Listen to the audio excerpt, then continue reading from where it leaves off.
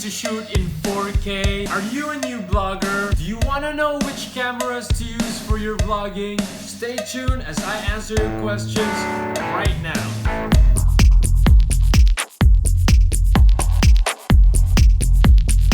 Hi, it's me!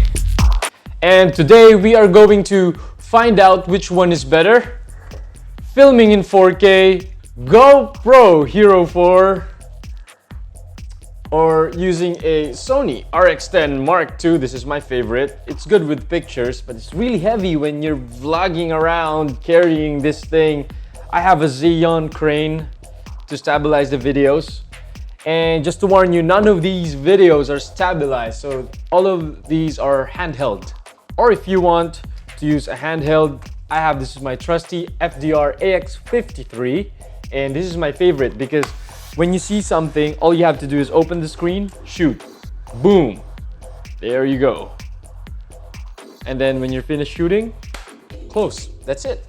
And if you are on a tight budget, you can just use your good old smartphone. I am using a Huawei Mate 9. Takes great selfies, takes great photos, you know, why not?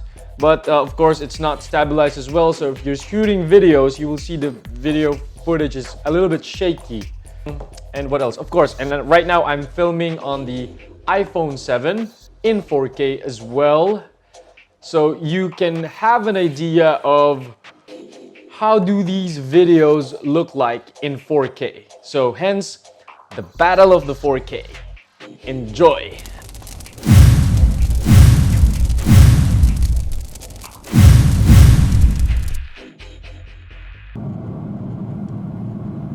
Today we're traveling to Scotland.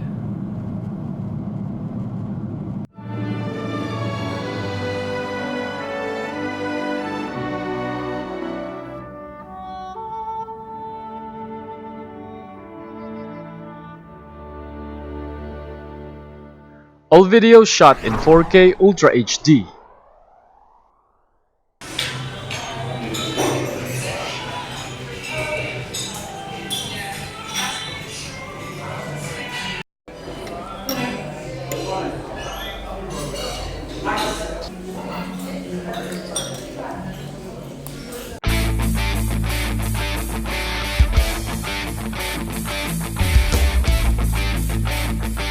Okay, let's get started. So the first thing that you have to keep in mind when you're shooting in 4K is that you need extra batteries with you because 4K eats a lot of your battery life and you don't want to run out of battery whenever you're filming.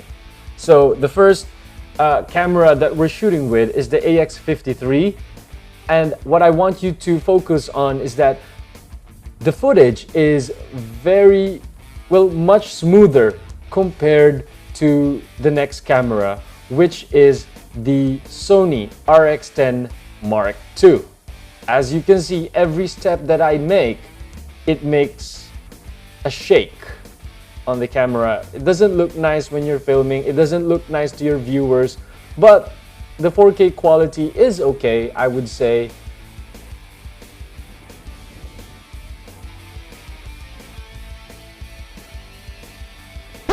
Okay, hold up a second.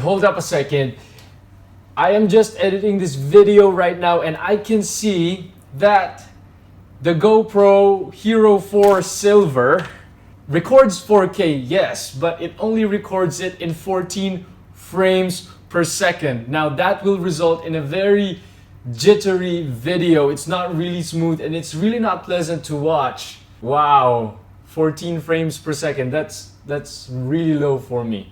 So my advice to everyone is if you want to record 4K on an action cam, get the Hero 5. This is the Hero 4 Silver. It takes great videos at 1080p, but 4K, nah.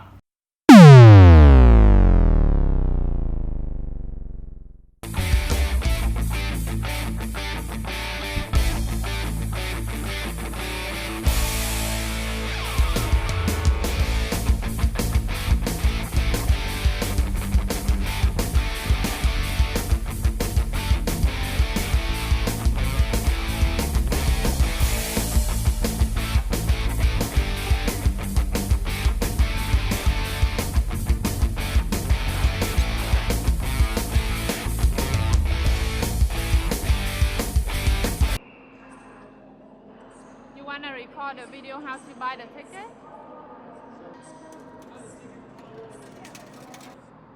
We're gonna use the correct ticket from Glasgow to Edinburgh. Okay.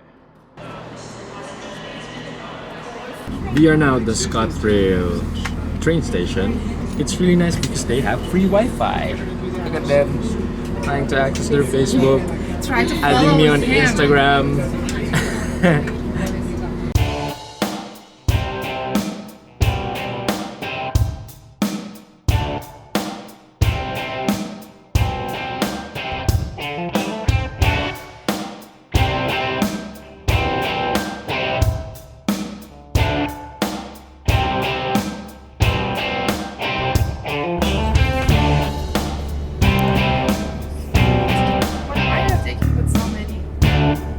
Right now I'm filming a documentary.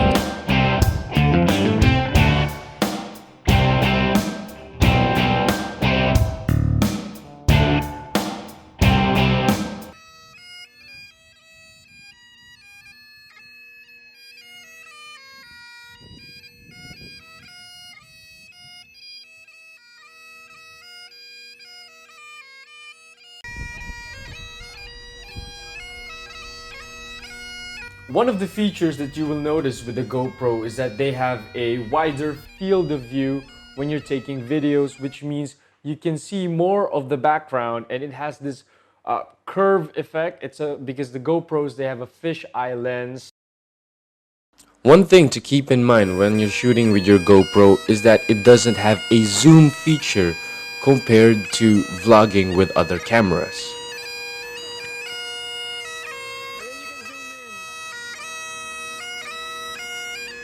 Now, I would like to talk to you about this camera. This is the Sony RX10 Mark II. I got this last 2015, and this is one of my favorite cameras, mainly because it shoots good pictures. It is also a well-equipped video camera. It can shoot in slow motion. It has a feature called S-Log2, where you can shoot videos basically with flat color profiles, and post-processing you can just edit the colors for serious videographers in what they call color grading your videos to have that cinematic look or whatever it is that you want to achieve with the colors in your videos.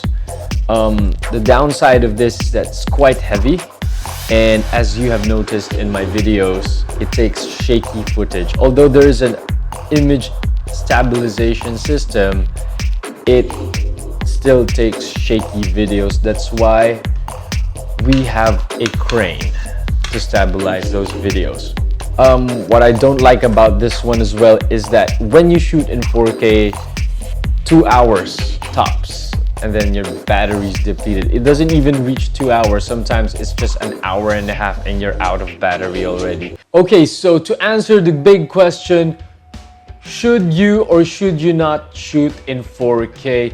The answer is yes and no. Yes, because shooting in 4K gives you more details for your videos. If you would like to crop in and zoom in at that specific frame, then you will have more pixels to play with. Plus, shooting in 4K makes your videos future-proof. I don't have a 4K TV, I don't have a 4K computer, I don't even have a 4K phone. Hell, my phone is only full HD. But, you know, maybe 8 years, 7 years from now, 5 years from now, 4K will be the standard for all the screens and devices and mobile things that we will be using as well. That means that your 4K videos right now will still be relevant 5 years, 6 years, 10 years from now, once everybody is using a 4K device. On the other hand, I would say no. You know why? Because number one, battery life. If you have a 4K device and you're shooting in 4K, you will run out of battery life just like that. Number two, shooting in 4K, you need a big memory card or memory space on your device, which means you have to keep on changing memory cards. If you're a new vlogger, you can start with your camera phone just to, you know, take a few videos, see how it looks like. You can take the back camera or the front camera, no problem. But then again, battery life is the issue for smartphones. Should you use a GoPro? Definitely for action-packed videos. You should be using GoPros. If you're going underwater, into the caves, into the forest, GoPro is the way to go. It's rugged, it's small. Shooting in 4K? Nuh-uh. You need extra batteries for these cameras because they run out of batteries really fast. Plus, the footage are shaky, so you need a steady hands. Your SLRs? Definitely yes. The reason why I don't like it that much is because most of these cameras, they don't have a front-facing screens.